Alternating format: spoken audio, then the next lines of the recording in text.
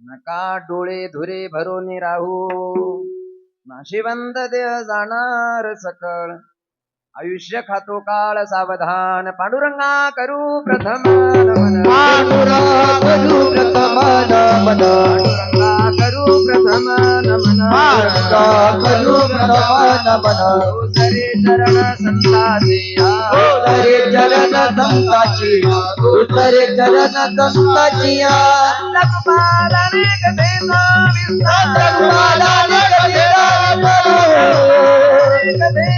विस्तार, नंदकुमाराने कथेचा विस्तार. आदि सद्गुरुदास तुका, बाबाजी सद्गुरुदास तुका, बाबाजी सद्गुरुदास तुका. समचरण सरोजम सांद्र निलांबुदाभम जगननिहित पाणी मंडन मंडनानाम, तरुण तुलसी माला कंदरम कंजनेत्रम सदय धवलहासम विठ्ठलम चिंतयामि.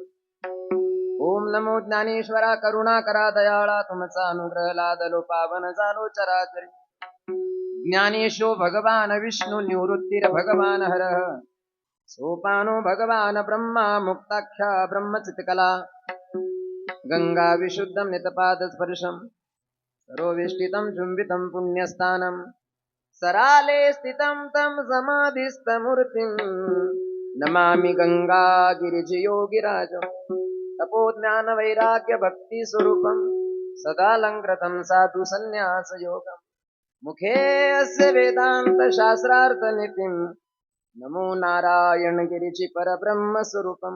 जयांचे केलिया स्मरण, होय सकळ विद्यांचे अधिकरण. तेची वंदू श्री चरण श्री गुरूंचे ते नमस्कारोनी. आता श्री संताची ये माता चरणावरी, श्री संताची ये माता चरणावरी, ये माता चरणावरी, श्री संताची ये माता चरणावरी.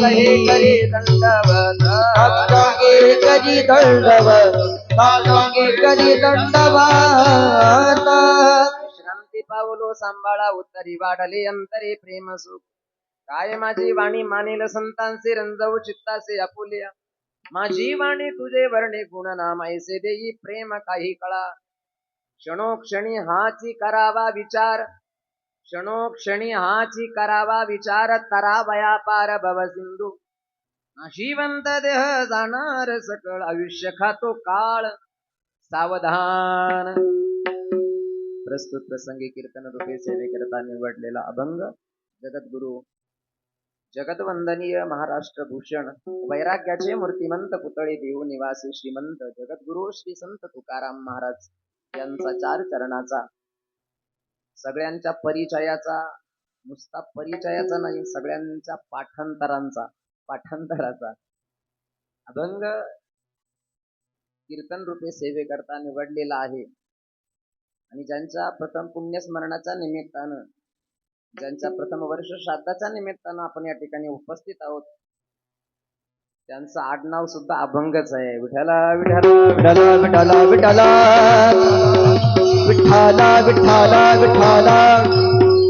अभंग तो श्लोक वामनाचा आर्या मोरो पंथाची, तो श्लोक वामनाचा आर्या मोरो पंथाची. ओवी ज्ञानेशाची अभंग रचना तुकयाची. जगद्गुरु तुकाराम महाराजांची अभंग, माऊली ज्ञानेश्वर महाराजांची ओवी. जो अभंगाचा गाथा वाघोलीचे रामेश्वर भट्ट देहू मध्ये आले, दरबार भरवला, दरबारामध्ये जगद्गुरु तुकाराम महाराजांना बोलावलं. काय रे तुक्या, वेदाचा अर्थ अभंगाच्या माध्यमातून तू लिहितो. जगद्गुरु तुकाराम महाराज बोलून गेले, मी कसला लिहितो म्हणे. तुका म्हणे मज बोलवितो देव, अर्थ गुह्य भाव तोची जाणे. मला अभंगाची रचनाही कळत नाही आणि अभंग कसं रचावं याचंही मला ज्ञान नाही, गद्य नाही, पद्य नाही, परंतु भगवान माझ्याकडून हे सर्व काही करून घेतो. अशा वेळेला वाघोलीचे रामेश्वर भट्ट आदेश देतात, जो अभंगाचा गाथा तू लिहिलेला आहे, तो अभंगाचा गाथा इंद्रायणीच्या डोहामध्ये बुडव.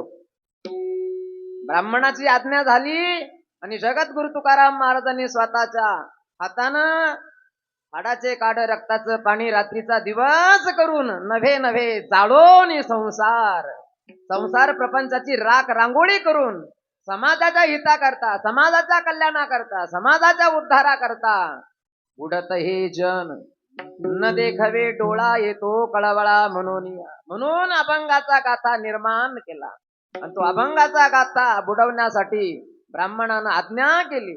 शिरसा वंद्य आज्ञा मान्य आहे जगद्गुरु तुकाराम महाराजांना.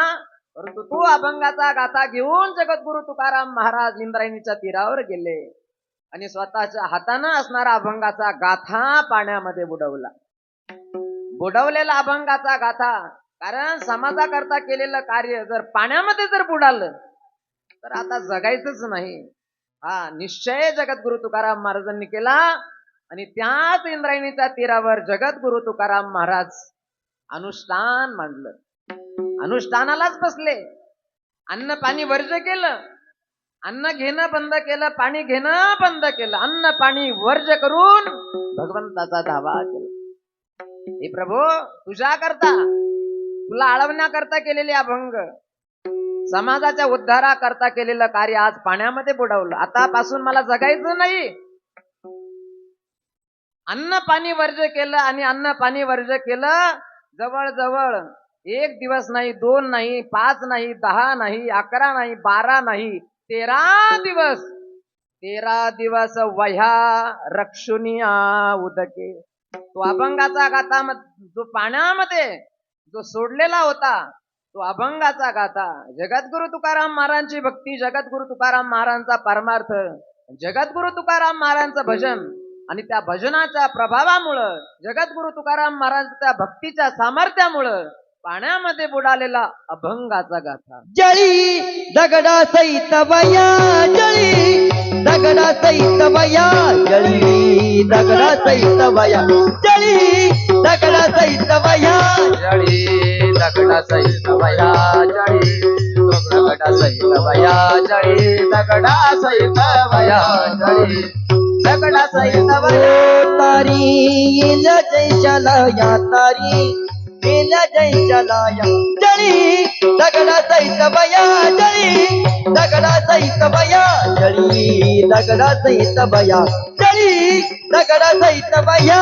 तारी येल्या जैशाला या, तारी येल्या जैशाला या, धन्य तुकोबा समर्थ, धन्य तुकोबा समर्थ, धन्य तुकोबा समर्थ, धन्य तुकोबा समर्थ. जळी म्हणजे पाण्यामध्ये अभंगाचा गाथा जो बुडावलेला होता. जगद्गुरु तुकाराम महाराजांनी भगवंताचं भजन केलं, भगवंताचा धावा केला. भगवंताचा केलेला धावा भगवान धावून आले आणि जळी दगडासहित, कारण दगडच बांधले होते, नुसता अभंगाचा गाथा सोडला असता आणि तू वर आला असता तर त्याबद्दल काही नसतं वाटलं. परंतु एक विशेष असं घडलं. रामेश्वर भट्टानं सांगितलं की अभंगाचा जो गाथा आहे त्याला खालून वरून दगड बांधा, तू वर आला नाही पाहिजे. पण जगद्गुरु तुकाराम महाराजांनी जे भजन केलं, जगद्गुरु तुकाराम महाराजांच्या भक्तीच्या शक्तीच्या सामर्थ्यामुळं जळी दगडासहित, नुसत्या वया नाही आल्या, जळी दगडासहित वया आणि तारी येल्या कैशा जैशा लाह्या. उदका माझी वया ठेवून कोरड्या, ज्याप्रमाणे राघवे सागरात पाषाण तारिले, राघवे सागरात, राघवे सागरात पाषाण तारिले, राघवे सागरात. तैसे तुकोबाचे, तैसे तुकोबाचे अभंग रक्षिले, आरती तुकारामा. हरी बोल. स्वामी सद्गुरु धामा, आरती तुकारामा. ओ तैसे तुकोबाचे, तैसे तुकोबाचे अभंग रक्षिले, आरती तुकारामा. भेद सोडू दामा आरती तुकारामा रे. अभंग आडनाव अभंग आहे. अभंगाचा गाथा. अभंग या शब्दाचा अर्थ होतो अभंग म्हणजे ज्याचा कधीच भंग होत नाही त्याला अभंग म्हणतात. ते अभंग वर आले वारकरी संप्रदायामध्ये. याच जगद्गुरु तुकाराम महाराजांच्या अभंगावर वारकरी भजन म्हणतात. आज या ठिकाणी सेवेकरता निवडलेला अभंग जगद्गुरु तुकाराम महाराजांचा आहे. या अभंगामध्ये मी बोलून गेलो की अभंग सगळ्यांच्या पाठांतराचा आहे, सगळ्यांच्या परिचयाचा आहे. आणि या अभंगामध्ये जगद्गुरु तुकाराम महाराज या मृत्यूलोकामध्ये ज्याला मनुष्य शरीर मिळालेलं आहे, ज्याला नरदेह मिळालेला आहे, ज्याला मानव देह मिळालेला आहे, अशा माणसाला आत्मकल्याणाचा उपदेश करतायत. विठ्ठल विठ्ठल विठ्ठल विठ्ठल विठ्ठल.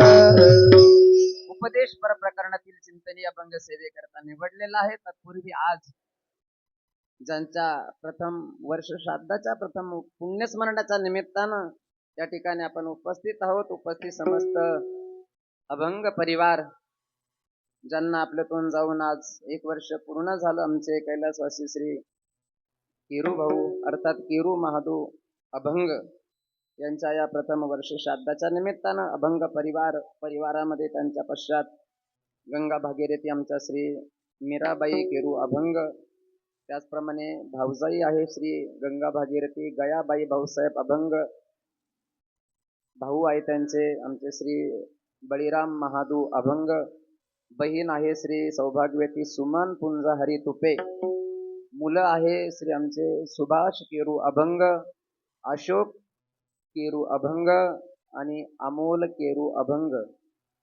पुतण्या आहे श्री बाबासाहेब भाऊसाहेब अभंग, त्याचप्रमाणे संतोष भाऊसाहेब अभंग. समस्त असणारा अभंग परिवार आणि ज्यांच्या प्रथम वर्ष श्राद्धाच्या निमित्तानं उपस्थित पाहुणे मंडळी, आप्तेष्ट मंडळी, समस्त ग्रामस्थ मंडळी, गजरी मंडळी, महिला मंडळी, सर्वांच्या उपस्थितीमध्ये 2-5 मिनिटं ही या प्रथम वर्ष श्राद्धाच्या निमित्तानं कैलासवासी आमचे श्री केरू भाऊ महादू अभंग यांच्या प्रथम वर्ष श्राद्धाच्या निमित्तानं 2-5 मिनिटं ही भगवंताची कीर्तन रूपी सेवा. विठ्ठल विठ्ठल विठ्ठल विठ्ठल विठ्ठल विठ्ठल. भाऊंच्या बाबतीत सांगायचं झालं तर वय मला असं वाटतं 65, 66, 67च्या आसपास, 65च्या आसपास, बरोबर 65च्या आसपास भाऊंचं वय होतं. आणि शारीरिक त्रास म्हणजे डायबिटीस होती मला वाटतं.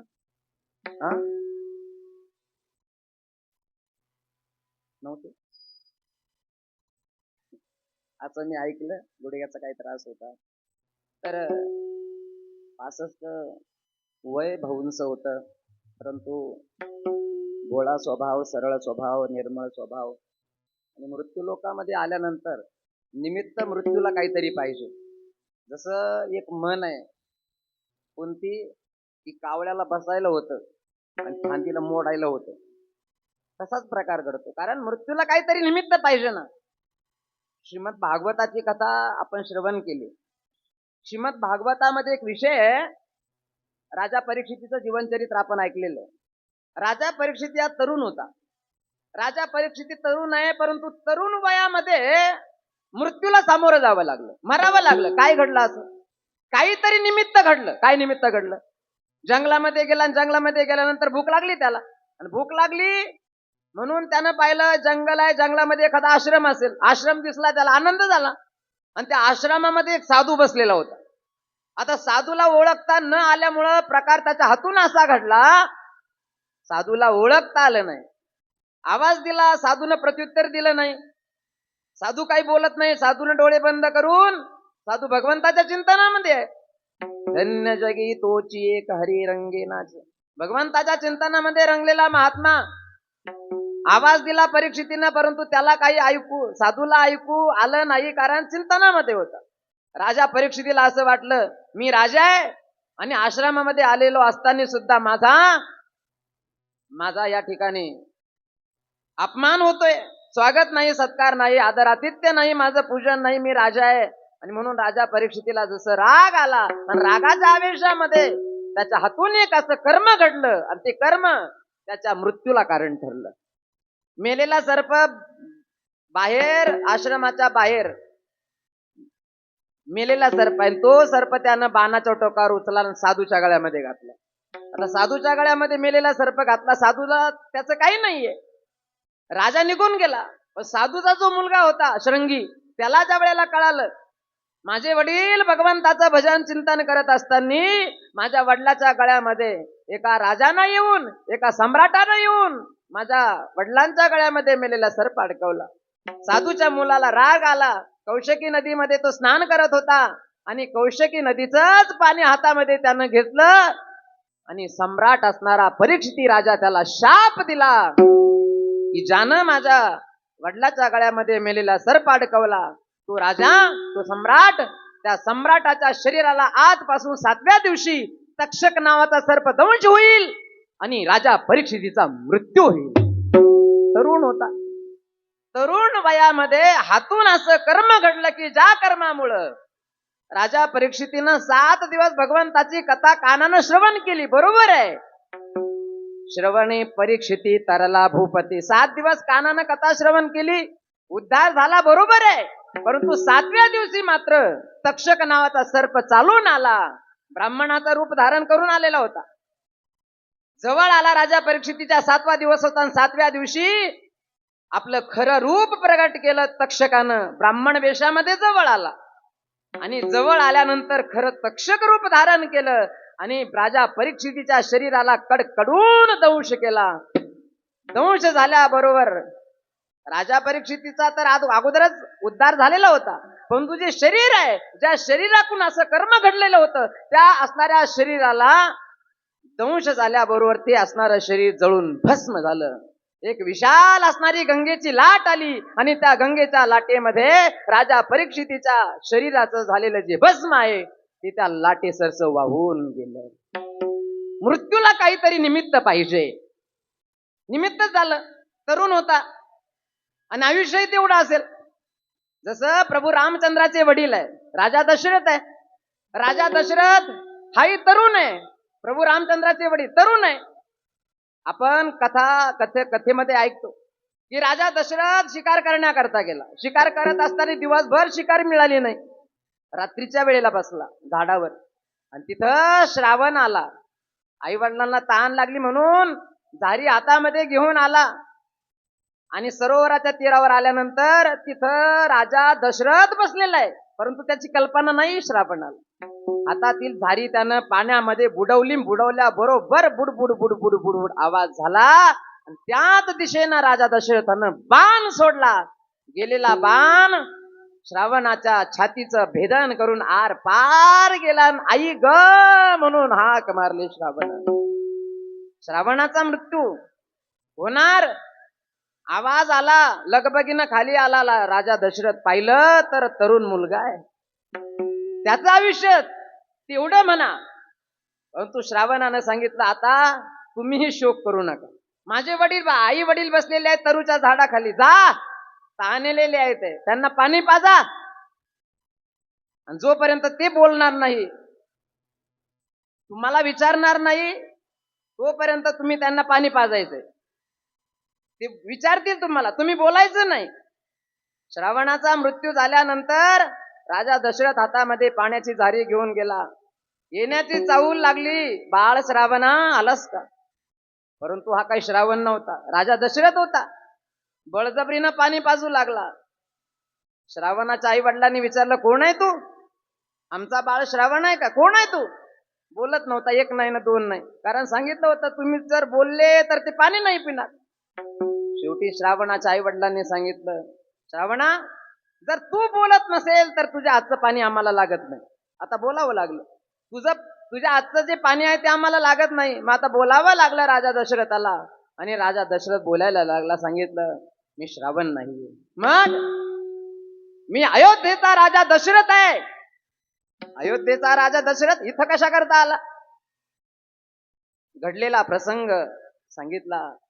आई वडिलांना श्रावणाचा सांगितलं, मी श्रावण नाही, मी अयोध्येचा राजा दशरथ आहे. आणि माझ्या हातून तुमच्या मुलाचा घात झाला. शब्द ऐकले. श्रावणाच्या आई वडिलांना राग आला आणि रागाच्या आवेशामध्ये येऊन श्रावणाच्या आई वडिलांनी राजा दशरथाला शाप दिला. मृत्यूला कारण, मृत्यूला निमित्त सांगितलं, राजा आमच्या म्हातारपणाची काठी तू हिरावून घेतलीस, जा आम्ही तुला शाप देतो. तुला सुद्धा राजा दशरथा 4 मुलं होतील, 4. म्हणजे याचा अर्थ अगोदर नव्हते 4 मुलं तुला होतील, परंतु मृत्यूचा प्रसंग तुझ्या जीवनामध्ये आल्यानंतर, तुझा ज्या वेळेला मृत्यू होईल ना, तर त्या मृत्यूच्या वेळेला एकही मुलगा तुझ्या जवळ राहणार. तसंच घडलं म्हणजे राजा दशरथाला 4 पुत्र राया दशरथ हा, परंतु मृत्यूच्या वेळेला अंतकाळी एकही नव्हता. प्रभू रामचंद्र आहे, लक्ष्मण आहे, भरत आहे, शत्रुघ्न आहे, परंतु 2 मुलं मामाच्या गावी गेले आणि कैकेयीनं वर मागितला, रामाला 14 वर्षाचा वनवास आणि भरताला अयोध्येचं राज्य. म्हणून 14 वर्षाच्या वनवासामध्ये लक्ष्मणही प्रभू रामचंद्रा बरोबर निघाला आणि राजा दशरथ राम राम राम राम म्हणून राजा दशरथानं प्राण सोडला. 2 मुलं मामाच्या गावी, 2 मुलं वनवासाला. मृत्यूचं निमित्त आहे. मृत्यूला काहीतरी निमित्त पाहिजे असणाऱ्या मृत्यू लोकामध्ये, कारण आपण मृत्यू लोकामध्ये राहतो आणि मृत्यू लोकामध्ये नियम आहे, उपजेते नाशे. म्हणजे ज्याचा जन्म होतो त्याचा मृत्यू होतो, जो सूर्य उगवतो तो मावळतो, ज्याचा उदय होतो त्याचा अस्त होतो. उपजला प्राणी नराहे संसारी, उपजला प्राणी नराही संसारी, उपजला प्राणी नराहे संसारी, उपजला प्राणी नराही संसारी. बैसला शेजारी काळभुसा, बैसला शेजारी काळभुसा. हो बैसला शेजारी काळभुसा, बैसला शेजारी काळभुसा.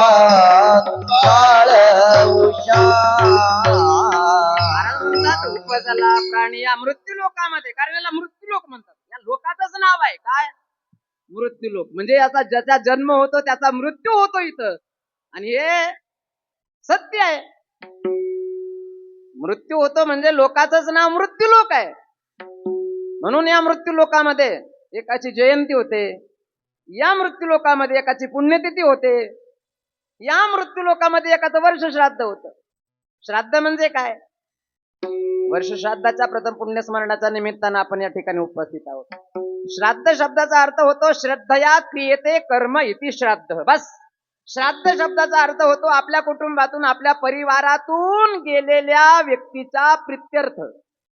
आपल्या परिवारामध्ये, आपल्या कुटुंबामध्ये जी व्यक्ती होती आणि गेलेल्या व्यक्तीचे आपल्यावर काही ऋण आहे, काही उपकार आहे, त्या व्यक्तीने आपल्याकरता काहीतरी केलेलं आहे, म्हणून त्या ऋणातून, त्या उपकारातून उत्तीर्ण होण्याकरता श्रद्धायुक्त अंतःकरणानं केलेला विधी म्हणजे वर्ष श्राद्ध. तसं वर्ष श्राद्ध या शब्दाचा अर्थ आपण व्यावहारिक दृष्टिकोनातून जर पाहिला तर वर्ष म्हणजे काय, वर्ष म्हणजे 12 महिने झाले, म्हणून त्याला वर्ष शब्द प्रयोग करतात. आणि श्राद्ध म्हणजे श्रद्धायुक्त अंतःकरणानं त्यांच्या निमित्तानं केलेलं कर्मकांड, त्याला म्हणतात वर्ष श्राद्ध. विठ्ठल विठ्ठल विठ्ठल विठ्ठल विठ्ठल विठ्ठल. आणि आपल्या वाट्याला आलेले एक कर्तव्य आहे.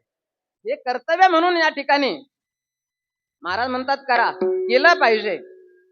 हा एक विधी आहे, हे एक प्रकारचं कर्मकांड आहे, आणि कर्तव्य म्हणून या ठिकाणी हा विधी आपल्या वाट्याला जो आलेला आहे तो आपण केला पाहिजे. कारण गेलेल्या व्यक्तीचे आपल्यावर काही ऋण आहे, काही उपकार आहे, त्या ऋणातून, त्या उपकारातून उत्तीर्ण होण्याकरता या ठिकाणी हा विधी केलाच पाहिजे.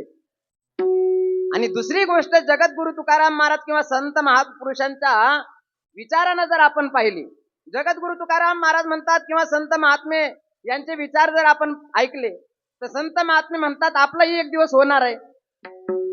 काय, कारण ज्याची बारी झाली ज्याची बारी झाली त्याचा 13वा होणार.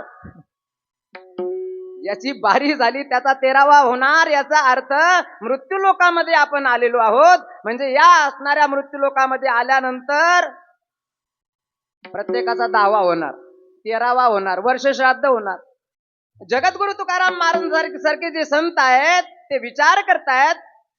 त्यांनी पाहिलं हा समाज आहे किंवा या असणाऱ्या मृत्यू लोकामध्ये आलेला हा मनुष्य आहे.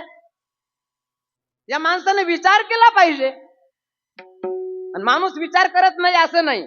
इथं जगद्गुरु तुकाराम महाराजांना जो विचार अपेक्षित आहे, विचाराचे 2 प्रवाह आहे. जसं एक व्यावहारिक विचार आणि एक दुसरा एक विचार आहे ज्याला म्हणतात पारमार्थिक विचार. 2 विचाराचे 2 प्रवाह आहे. एक व्यावहारिक विचार आणि एक पारमार्थिक विचार. मग जगद्गुरु तुकाराम महाराजांना या 2 विचारांपैकी कोणता विचार अपेक्षित आहे? व्यावहारिक विचार आवश्यक आहे. व्यवहारामध्ये सुद्धा विचार केला पाहिजे माणसानं. पण काही लोक नको तो विचार करतात ना. जसं पत्नीचं काहीतरी चुकलं, त्यामुळं बापाला राग आला आणि बापानं सांगितलं आपल्या मुलाला, बाळू तुझ्या आईचा हात धर. बघा आता विचार, आईचा हात धर हिला जंगलामध्ये नेऊन कापून टाक. कशी विचार आहे? चांगले आहे का? आला विचार. पत्नीचं काहीतरी चुकलं म्हणून मुलाला बोलायला लागला की तुझ्या आईचा हात धर आणि जंगलामध्ये नेऊन तिला कापून टाक. आता आवेशामध्ये असल्यामुळं बापाचं ऐकलं मुलानं सुद्धा.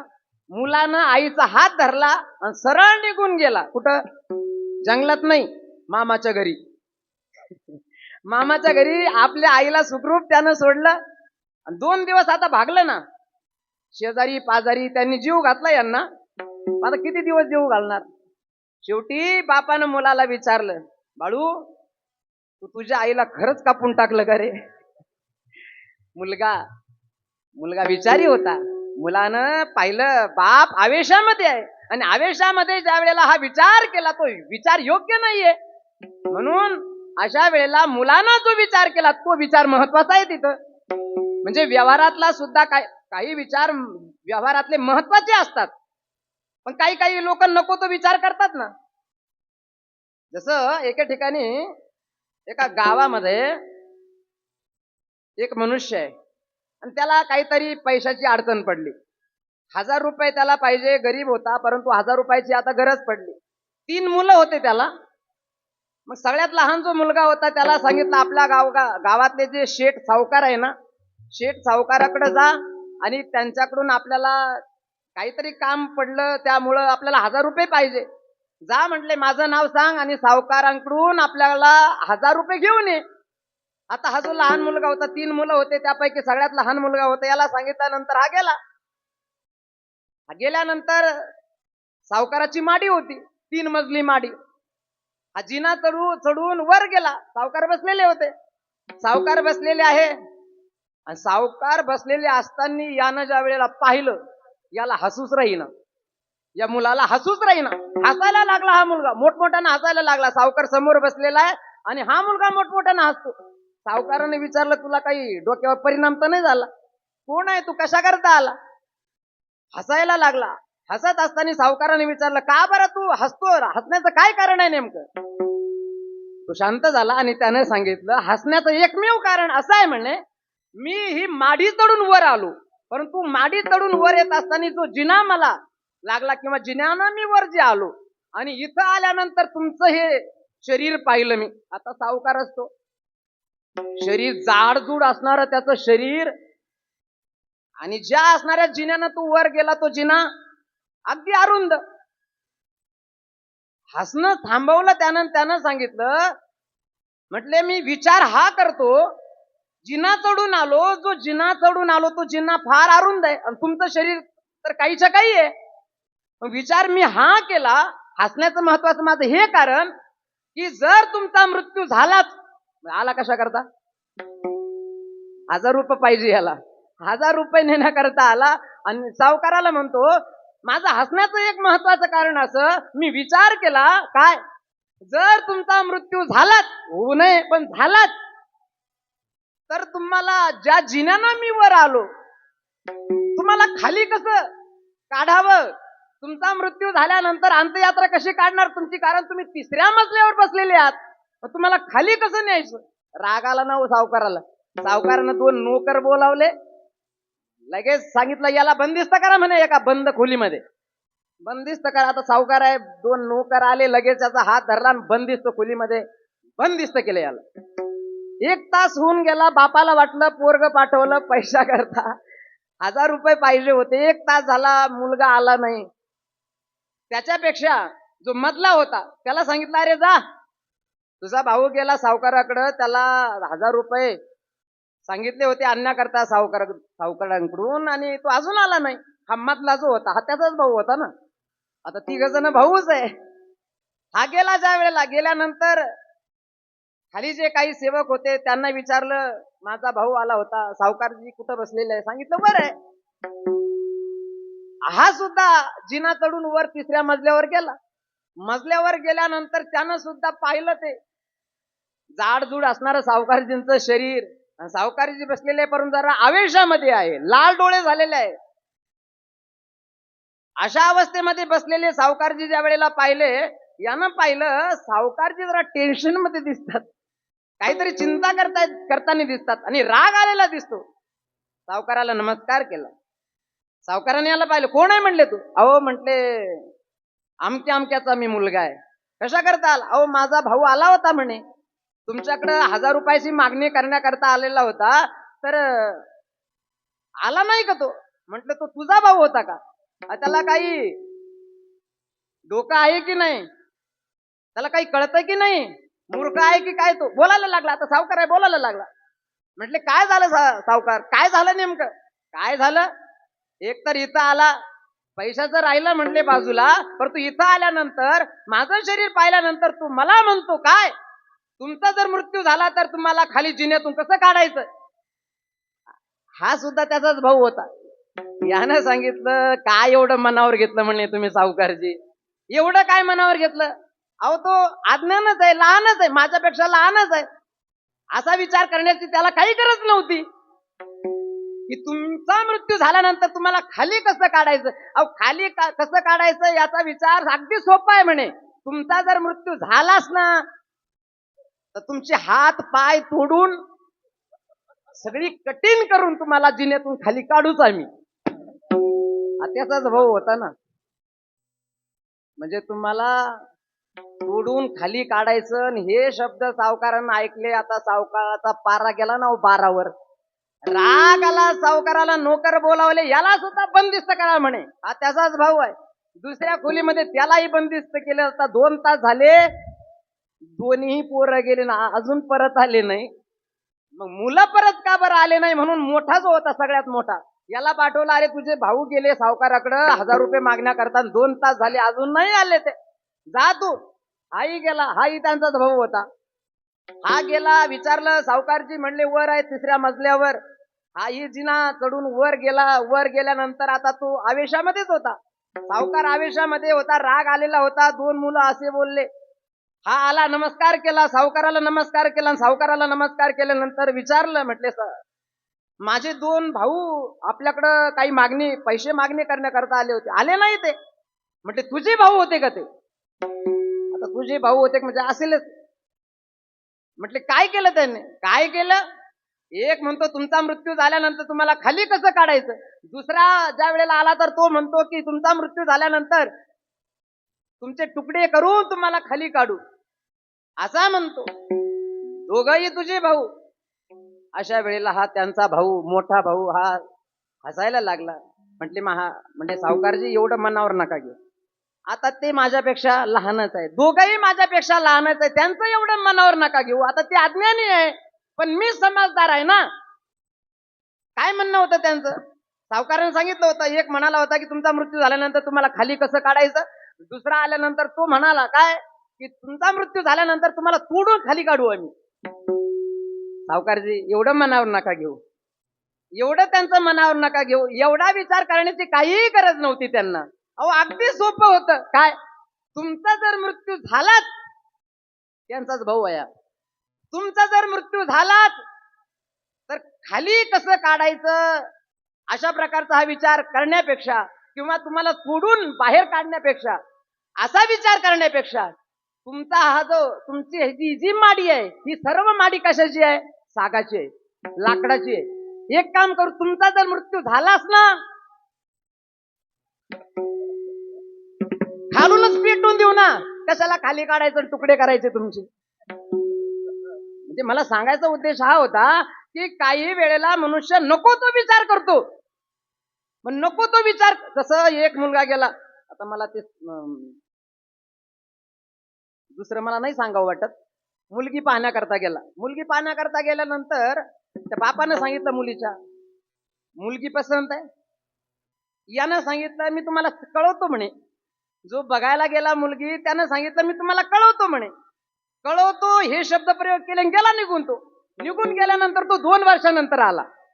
जिथं मुलगी पाहण्याकरता गेला होता तिथं 2 वर्षानंतर आला. 2 वर्षानंतर म्हणतो मुलीच्या बापाला, काय तुमची मुलगी मला पसंत आहे. त्यानं सांगितलं भाऊ तिचं लग्न झालं आणि तिला 2 मुलं सुद्धा आहे. काही गोष्टीचा विचार ताबडतोब केला पाहिजे. काही गोष्टीचा मनुष्यानं विचारच करू नये. काही गोष्टीचा मनुष्यानं विचारपूर्वक विचार केला पाहिजे. जसं एक माणूस आंब्याच्या झाडाखाली पडला असा, वर तोंड करून, दिवसा 12 वाजता, आणि देवाची चूक काढायला लागला. आता काही काही असतात देवाची चूक काढणारे, वर तोंड करून खाली पडून वर पाहतो. उन्हाळ्याचे दिवस, आंब्याच्या झाडाला कैऱ्या लागलेल्या आहे, मोठमोठ्या कैऱ्या आहे. आणि हा विचार करतो. विचार करता करता हा देवाची चूक काढायला लागला.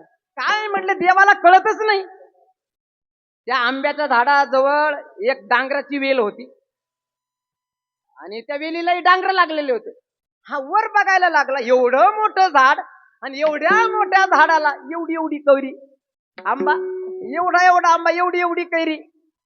आता पण मोठ्या होत्या कैऱ्या जरा त्या. देवाची चूक काढायला लागला, विचार करायला लागला. देवाला काही कळतच नाही. म्हणले देवाला काही डोकंच नाही.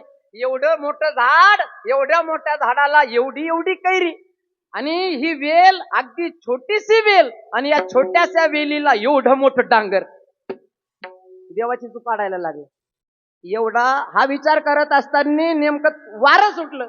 वारं सुटल्यानंतर एक कैरी जशी तुटली, वरून वारं सुटलं, कैरी जशी तुटली तशी याच्या नाकावर बसली.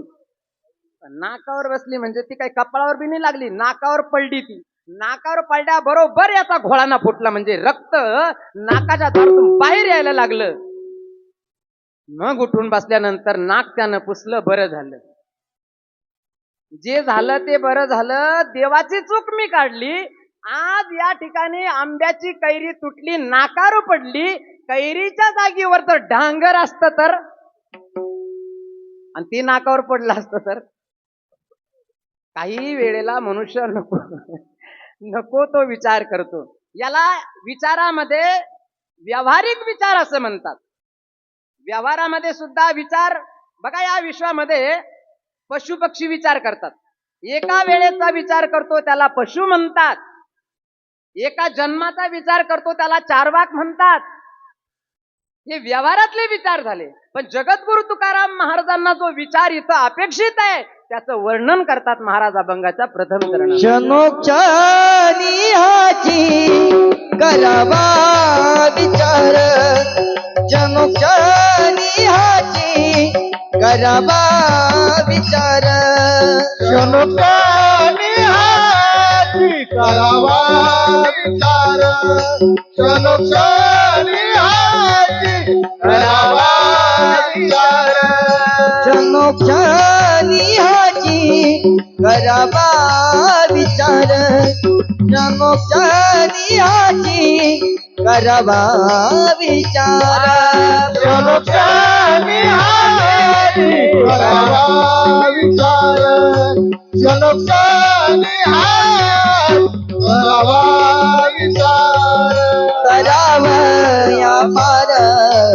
बाबा सिंधू, करावया पार बाबा सिंधू, नाचिव देह जाणार सकळ, नाचिव देह जाणार सकळ, करावया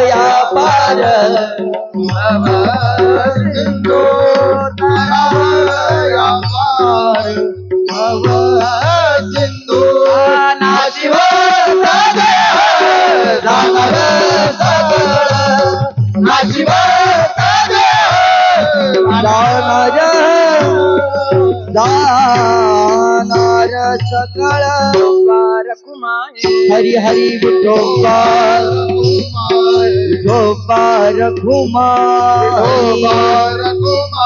विठोबा रखुमाई विठोबा रखुमाई विठोबा रखुमाई रखुमाई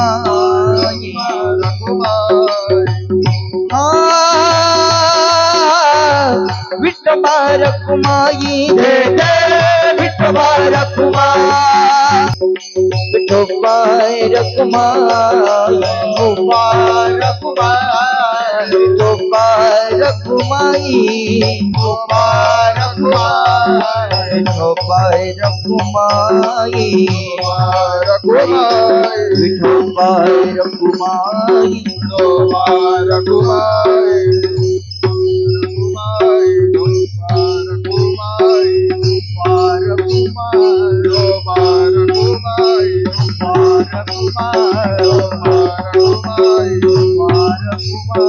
कुंडली कवरला हरी विठ्ठल श्री ज्ञानदेव पंढरीनाथ भगवान गंगा गिरी महाराज नारायण गिरी महाराज खंडराव महाराज की जय विठोबा रखुमाई विठोबा रखुमाई विठोबा रखुमाई रखुमाई जय विठोबा रखुमाई विठोबा रखुमाई जय विठोबा रखुमाई विठोबा रखुमाई विठोबा रखुमाई रखुमाई 12 वाजलेले. बऱ्याच जणांना बाहेर सुद्धा जायचंय, ते जावंच लागेल, गेलंच पाहिजे. महाराज म्हणतात, जगद्गुरु तुकाराम महाराज म्हणतात, क्षणाक्षणाला मनुष्य देहाला आल्यानंतर, कारण मनुष्य शरीर हे दुर्लभ आहे. दुर्लभ हो मानुष हो देहो देही नाम क्षणभंगुर तत्रापि दुर्लभम मन्ये वैकुंठ प्रिय दर्शनम. दुर्लभ असणारं हे मनुष्य शरीर आहे, आणि या दुर्लभ असणाऱ्या मनुष्य शरीराला आल्यानंतर काय करा? विचार करा. व्यवहारातला विचार सांगितला मी, क्षणोक्षणी हा विचार करा असं म्हणायचंय का? नाही. हा विचार इथं जगद्गुरु तुकाराम महाराजांना अपेक्षित नाही. जो विचार आपल्या समोर अगोदर मांडला याला व्यावहारिक विचार असं म्हणतात. 2 प्रकारचे विचार प्रवाह, त्यामध्ये व्यावहारिक विचार एक आणि दुसरा एक आहे पारमार्थिक विचार आत्मकल्याणाचा. आपल्याला जे मनुष्य शरीर मिळालं, आपल्याला जे मनुष्य शरीर किंवा मनुष्य जो देह मिळाला, तो मनुष्य देह देवे दिला देह भजना गुमटा. भगवंतानं मनुष्य देह दिला, तो कशा करता दिला? तर भजना करता. दिली इंद्रिये हात पाय कान, दिली इंद्रिय हात पाय कान, डोळे मुख बोलाया वचन, डोळे मुख बोलाया वचन, जेणे तू जोडसी नारायण, जेणे तू जोडसी नारायण, नासे भवफल भवरोग. दिली इंद्रिये हात पाय कान, दिली इंद्रिये हात पाय कान, नासे जीव भवरोग. इंद्रिय हात पाय कान, दिले इंद्रिय हात पाय हात पाय कान. भगवंतानं मनुष्य शरीर दिलं, आणि मनुष्य हा विचार प्रधान प्राणी आहे. माणूस विचार करतो, आणि माणसानं विचार केला पाहिजे. पण जगद्गुरु तुकाराम महाराजांना जो विचार अपेक्षित इथं आहे, महाराज म्हणतात विचार करा, पण हाच विचार करा. हा विचार नाही महाराजांना अपेक्षित जो सांगितला तो, हाच करा. हाच म्हणजे कोणता? जो विचार आमच्या संत महापुरुषांनी केला, जो विचार करून आमचे संत महापुरुष शुकाचार्यांचं चरित्र जर आपण पाहिलं, शुकाचार्य विचार करत बसले आईच्या उदरामध्ये किती दिवस? 12 वर्ष. ब्राह्मणाचे पोर एक खेळाशी भ्याले. एकांतामध्ये म्हणजेच आईच्या ओटीमध्ये, आईच्या गर्भाशयामध्ये विचार करत बसले. कसला विचार? आत्मकल्याणाचा विचार. गर्भवासाचं एक दुःख आहे. काय सांगू गर्भीची यातना मज भोगिता नारायणा. गर्भवासाचं दुःख आहे. गर्भवासातून बाहेर आलो संसारामध्ये, तर संसारामध्ये सुद्धा दुःख बांधवडी आहे. हा संसारामध्ये दुःख आहे. आणि शेवटचं एक दुःख आहे ते मृत्यूचं दुःख आहे. एक जन्माचं दुःख आहे, एक संसारातलं दुःख आहे, एक मृत्यूचं दुःख आहे. या असणाऱ्या जन्म आणि मृत्यूच्या दुःखातून सुटका व्हावी याकरता विचार करत बसले. संत एकांती बैसले, सर्व सिद्धांत शोधिले, ज्ञान दृष्टी अवलोकिले, सार काढिले निवडून. एकांतामध्ये विचार केला आणि 12 वर्षानंतर ज्या वेळेला बाहेर आले, ब्राह्मणाचे पोर एक खेळाशी भ्याले, ते 12 वर्ष लपाले रे. कापत कापत बाहेर आले, ते नागवेची पळून गेले रे. एकांतामध्ये विचार केला, आत्मकल्याणाचा विचार केला. बाहेर आले, आईच्या उदरातून बाहेर आले आणि सरळ भगवंताच्या भजनाला लागले. श्रीकृष्ण गोविंद हरे मुरारे, हे नाथ नारायण वासुदेव. श्री कृष्ण गोविंद हरे मुरारी, हे नाथ नारायण वासुदेव. टाळी वाजवा, ज्यांना ज्यांना हात आहे ते हाताने टाळी वाजवा. 2 मिनिटं. श्री कृष्ण गोविंद हरे मुरारे, हे नाथ नारायण वासुदेव. कृष्ण गोविंद हरे मुरारी, हे नाथ नारायण वासुदेव. हे नाथ नारायण वासुदेव, हे नाथ नारायण वासुदेव. हे नाथ नारायण वासुदेव, हे नाथ नारायण वासुदेव. हे नाथ नारायण वासुदेव, हे नाथ नारायण वासुदेव. हे नाथ नारायण वासुदेव, हे नाथ नारायण वासुदेव. श्री कृष्ण गोविंद हरे मुरारे, हे नाथ नारायण वासुदेव. कृष्ण गोविंद हरे मुरारी, नाथ नारायण वासुदेव. श्री कृष्ण गोविंद हरे मुरारे, हे नाथ नारायण वासुदेव. कृष्ण गोविंद हरे मुरारी, हे नाथ नारायण वासुदेव. आत्मकल्याणाचा विचार करून आईच्या उदरातून बाहेर आले. बैसोनी खोडी शुक गर्भी राहे अंधाळा, शिनला येर झारी. हे जन्म मृत्यूचं दुःख भोगून भोगून त्रास झाला म्हणून बाहेर आले. विचार करून बाहेर आले आणि भजनाला लागले. भजन कशा करता? शेवटचा दिवस गोड व्हावा या करता, याजसाठी केला होता अट्टहास. शेवटचा दिस गोड व्हावा, कारण प्रत्येकाचा शेवट होणार.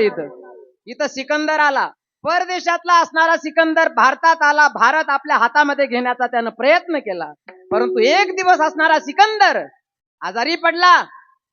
कोरोनाच्याच काळामध्ये, समजा कोरोनाच्याच कालावधीमध्ये जशी परिस्थिती निर्माण झाली होती, कोरोना सारखा भयंकर रोग जडला सिकंदरला.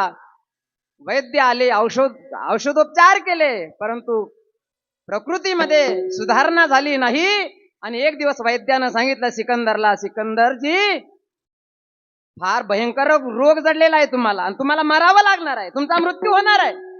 सिकंदरला ज्या वेळेला कळालं, संपूर्ण भारत आपण आपल्या हाती काबीज करण्याचा प्रयत्न केला, पण आज आपल्याला शरीराला जडलेला जो रोग आहे त्यातून आपली मुक्तता नाहीये, आपल्याला मरावं लागणार आहे. मरणाला विसरलेला सिकंदर आज सावध झाला. आणि सिकंदर म्हणतो, या ठिकाणी प्रधानजीला बोलावलं, प्रधानजी काही क्षणामध्ये माझा मृत्यू होणार आहे, पण माझा मृत्यू झाल्यानंतर मला जाता जाता जगाला एक संदेश द्यायचा आहे. माझा मृत्यू होणार आहे, मी खूप काही कमवलं, जब तक है जिंदगी तब तक खूब कमा लो हीरे माणिक मोती, लेकिन एक बात याद रखना, कफन को जेब नहीं होती. कफन म्हणजे मेलेल्या माणसाच्या अंगावर जो कपडा पांघरवतात ना, त्याला खिशे राहत नाही. म्हणजे 500च्या 2000च्या तर आता बंदच झाल्या त्या, पण ते नेता येत नाही. म्हणजे जब तक है जिंदगी तब तक खूब कमा लो हीरे माणिक मोती, लेकिन एक बात याद रखना, कफन को जेब नहीं होती.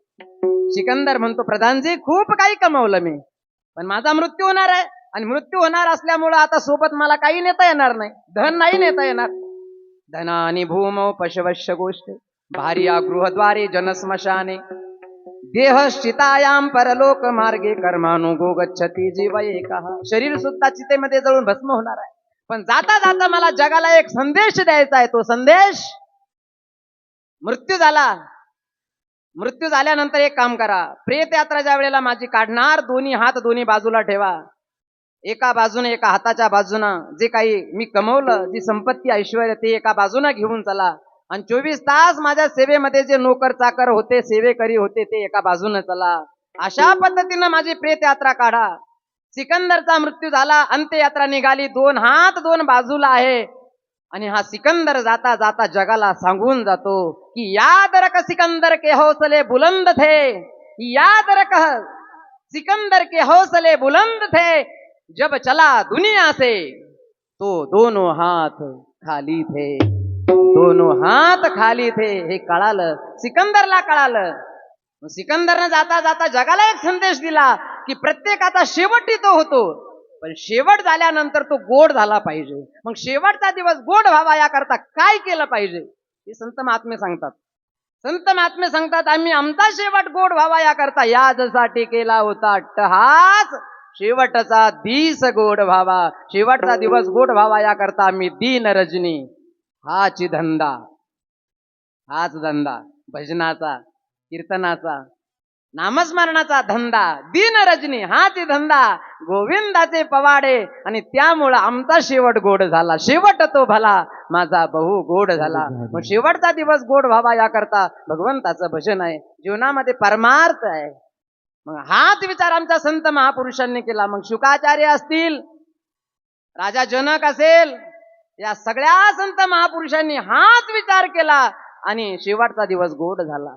महाराज म्हणतात, जो विचार संत महापुरुषांनी केला तोच विचार इथं करा. क्षणोक्षणी हाची करावा विचार, करावया पार भव सिंधू. लवकर विचार करा. का बरं लवकर विचार करा, तर शरीर केव्हा पडेल हे सांगता येत नाही. कारण हे जे शरीर आहे हे पंचमहाभूतापासून बनलेलं आहे. पृथ्वी, आप, तेज, वायू आणि आकाश, पंचमहाभूतापासून बनलेले हे शरीर क्षणभंगुर हा येथील पसारा, नव्हे नव्हे क्षणभंगूर नाही भरवसा, क्षणभंगूर नाही भरवसा. वारे सावध तोडा माया आशा, सावध तोडा माया आशा. काही नसले मग गळा पडेल भासा, काही नसले मग गळा पडेल भासा. पुढे हुशार थोर आहे बोल जागा,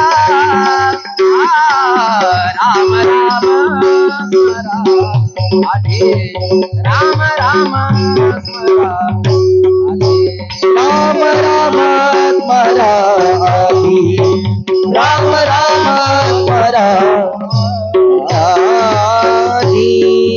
शरीर आहे आणि शरीराला आयुष्य आहे. मनुष्याचा मृत्यू म्हातारपण आल्यानंतर नाही होत. मनुष्याला जे मरण येतं ते मरण म्हातारपण म्हातारा मनुष्य झाला म्हणजे मनुष्य मृत्यू पावतो असं नाही घडत. मला सांगा, मनुष्याचा मृत्यू होण्याकरता म्हातारपण असावं लागतं का? नाहीये, असं नाहीये.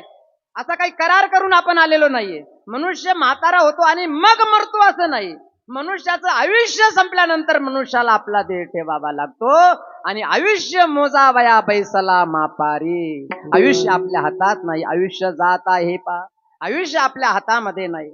आणि म्हणून आयुष्य केव्हा संपेल, केव्हा काळ येईल, काळाची उडी पडेल बा जेव्हा, महाराज म्हणतात सोडविना तेव्हा मायबाप म्हणून सावधानतेचा इशारा देतात जगद्गुरु तुकाराम महाराज अभंगाच्या द्वितीय चरणामध्ये. नाशिवंत देह जाणार सकाळ, नाशिवंत देह जाणार सकाळ, नाशिवंत देह जाणार सकाळ, नाशिवंत देह जाणार सकाळ. नाशिवंत देह जाणार सकळ, नाशिवंत देह जाणार सकळ, नाशिवंत देह जाणार सकळ,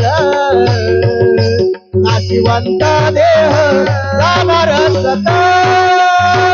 आयुष्य कहतो काळ सावधान, आयुष्य कहतो काळ सावधान, आयुष्य का तो काळ सावधान, आयुष्य का तो काळ सावधान. नाशिवंत देह जाणार सकाळ, नाशिवंत देह जाणार सकाळ, नाशिवंत देह जाणार सकाळ, नाशिवंत देह जाणार सकाळ. नाशिवंत देह जाणार सकळ, नाशिवंत देह जाणार सकळ, नाशिवंत देह जाणार सकळ, नाशिवंत देह जाणार सकळ.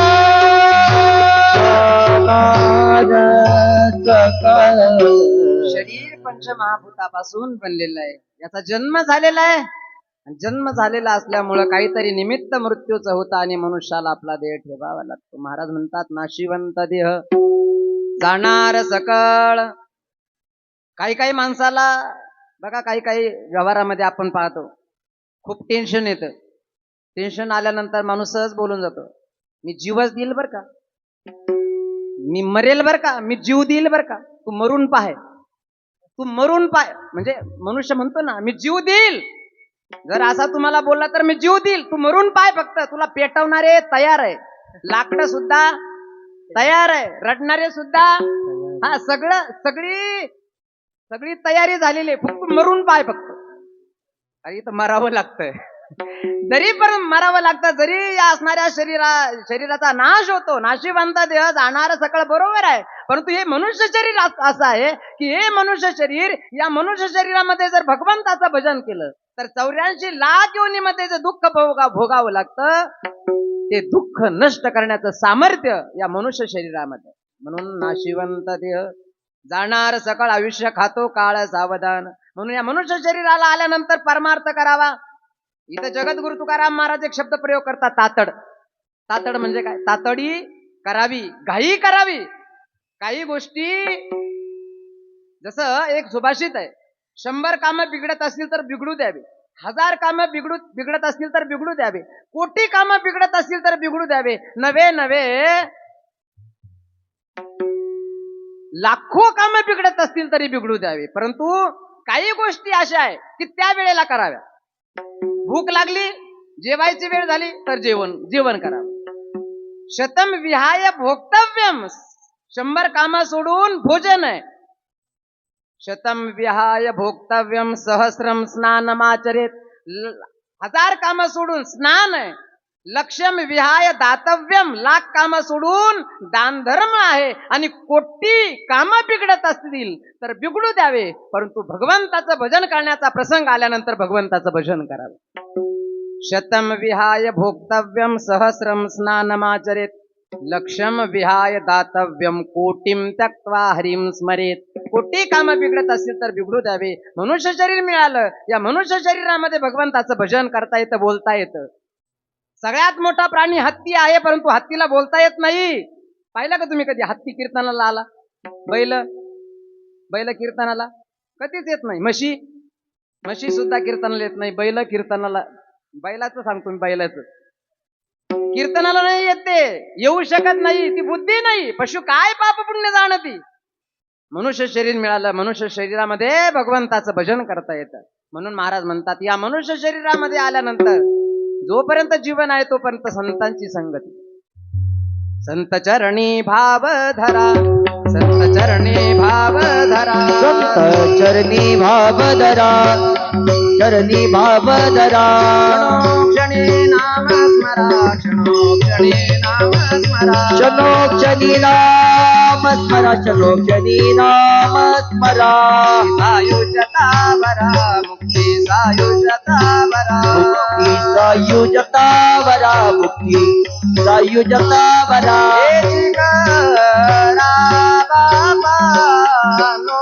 हेची करा बाबानो. पुत्र जन धन धारा, पुत्र जन धन धारा, पुत्र जन धन धारा, पुत्र जन धन दारा पुत्र जन, धन दारा पुत्र जन, धन दारा पुत्र जन, धन दारा पुत्र जन. मनुष्य देहाला आल्यानंतर आपल्याही विचारानं परमार्थ करण्यापेक्षा संत महापुरुषांच्या विचारानं परमार्थ. महाराज म्हणतात, करा संतांच्या संगतीमध्ये. जीवन ज्याचं गेलं त्याचा शेवट गोड होतो. जीवनभर पापकर्म करणारा वाल्या कोळी आहे, परंतु साधूची भेट झाली, नारदांची भेट झाली काही क्षण, तर कोळी याची कीर्ती वाढली. गहन केले रामायण रामादी. वाल्या कोळी पातकी भूमंडळी कोळी आहे, पाप करणारा आहे, ब्राह्मण हत्यारा आहे, ब्रह्म हत्याराशी पातकी अपार. वाल्मिक किंकर वंद्य केला. साधूची भेट झाली. हा मार्ग चांगला नाहीये. लोकांना मारणं, लोकांचा छळ करणं, लोकांचं धन लुबाडणं हा मार्ग चांगला नाहीये. असं जर वागणं वाढत गेलं तर नरकाला जावं लागेल. महाराज मला नरकाला नाही जावं वाटत हो. मग नरकाला जावं वाटत नसेल तर त्याकरता ऐक माझं काय, भगवंताचं भजन कर. जिंदगी है जब तक फुर्सत न मिले काम से. आजपर्यंत नाही भजन केलं तू, पण आता वेळ आहे, वेळ आहे. बुरी बात यह है, बुरी बात यह है कि समय कम है, लेकिन अच्छी बात यह है कि अभी भी समय है. वाईट गोष्ट ही आहे की वेळ जे घडू नाही ते घडलं तुझ्याकडून. बुरी बात यह है कि समय कम है, लेकिन अच्छी बात यह है कि अभी भी समय है. म्हणून अजूनही वेळ गेलेली नाहीये. काय कर, जिंदगी है जब तक फुर्सत न मिले काम से, बस जरासा समय निकाल कर राम भजन कर प्यार से. मोठ्या प्रेमानं भगवंताचं भजन कर. आणि तातड केली, घाई केली, भगवंताच्या भजनाला लागला. आणि माऊली ज्ञानेश्वर महाराजांनी म्हणून हरिपाठामध्ये नावही घेतलं, पुराण प्रसिद्ध बोलिले वाल्मिक नामे तिन्ही लोक उद्धरती. महाराज म्हणतात, मनुष्य देहाला आपण आलो, दुर्लभ असणारं मनुष्य शरीर मिळालं. या मनुष्य शरीराला आल्यानंतर संतांची संगत करा आणि परमार्थाची तातड करा. अभंगाचं तृतीय चरण. संत समागमी धरावी आवडी, संत समागमी धरावी आवडी, संत समागमी धरावी आवडी, आवडी संत समागमी धरावी आवडी, संत समागमी धरावी आवडी, संत समागमी धरावी आवडी, संत समागमी धरावी आवडी, संत समागमी धरावी आवडी. धरावी तातडी परमार्थाची, धरावी तातडी परमार्थाची, धरावी तातडी परमार्थाची, धरावी तातडी परमार्थाची, धरावी तातडी परमार्थाची, धरावी तातडी परमार्थाची, धरावी तातडी परमार्थाची, करावी तातडी परमार्थाची. जिवंत जाणार सकाळ नाशिवंत देह जाणार सकाळ नाशिवंत देह जाणार सकाळ नाशिवंत देह जाणार सकाळ नाशिवंत जाणार सकाळ नाशिवंत देह जाणार सकाळ नाशिवंत देह जाणार सकाळ नाशिवंत देह जाणार सकाळ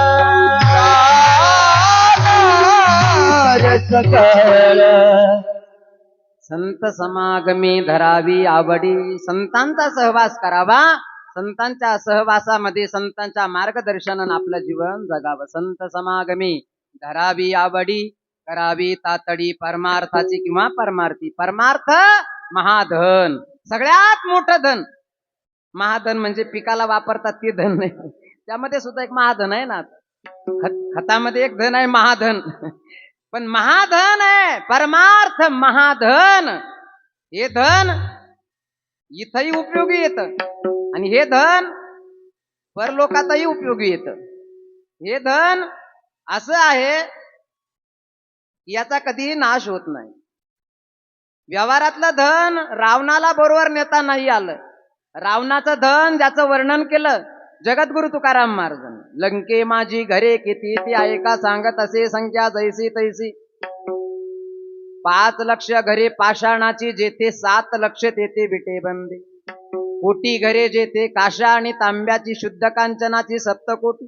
तुका म्हणे ज्याची संपदा एवढी, एवढी म्हणजे केवढी भगवान जाणे. तुका म्हणे ज्याची संपदा एवढी सांगा ते कवडी. गेली नाही कवडी नेता रावणाला आली नाही. म्हणून महाराज म्हणतात एक धन आहे जे बरोबर नेता येतं ते धन म्हणजेच परमार्थ. जो परमार्थ मनुष्यानं जीवनामध्ये केला तो परमार्थ मनुष्याच्या सोबत येतो. म्हणून करावी तातडी परमार्थी. ज्ञानेश्वर माऊली, ज्ञानराज माऊली तुकाराम, मावली मावली तुकाराम. कामणीय लोकीचा व्यवहार, तुका म्हणीय लोकीचा व्यवहार, तुका म्हणीय लोकीचा व्यवहार, तुका म्हणीय लोकीचा व्यवहार, तुका लोकीचा व्यवहारी. तुका म्हणीय लोकीचा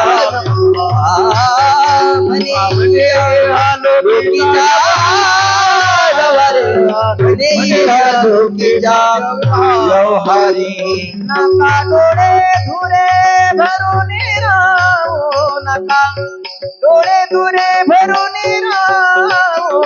नाशिवंत देह जाणार सकळ, नाशिवंत देह जाणार सकळ, नाशिवंत देह जाणार सकळ, नाशिवंत देह जाणार सकळ. नका डोळे धुरे भरून राहो, नका डोळे धुरे भरून राहो. नाशिवंत देह जाणार सकाळ, नाशिवंत देह जाणार सकाळ, नाशिवंत देह जाणार नाशिवंत देह जाणार सकाळ. आयुष्य खातो काळ सावधान, आवीच खातो काळ सावधान. हा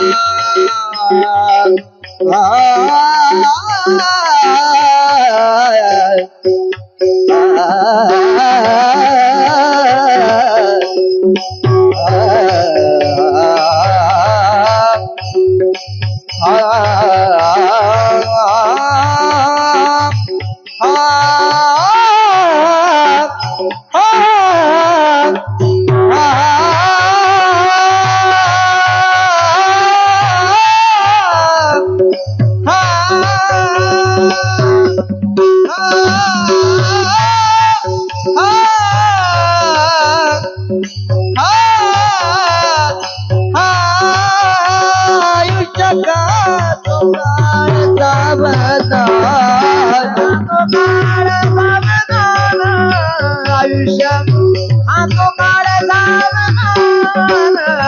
जिवंत देह जाणार सकाळ जिवंत देह जाणार सकाळ जिवंत देह जाणार सकाळ जिवंत देह जाणार सकाळ जाणार सकाळ का म्हणे इह लोकीच्या व्यवहारे इह लोकामध्ये राहत असताना जगद्गुरु तुकाराम महाराज म्हणतात मनुष्य 3 प्रकारचे धूर डोळ्यामध्ये ठेवून जीवन जगत असतो. जीवन जगत असताना नका डोळे धुरे भरून राहू असं महाराज म्हणतात. 3 प्रकारचे धूर कोणते? एक असतो धूर तारुण्याचा धूर असतो. तारुण्यामध्ये मनुष्य कुणाचंच ऐकत नाही आणि परमार्थ करण्याकरता परमार्थ तारुण्यामध्ये करावा. भक्त प्रल्हादीचं चरित्र बघा, ध्रुवाचं चरित्र बघा, मीराबाईचं चरित्र बघा, नामदेव महाराजांचं चरित्र बघा, जगद्गुरु तुकाराम महाराजांचं चरित्र बघा, माऊली ज्ञानेश्वर महाराजांचं चरित्र बघा.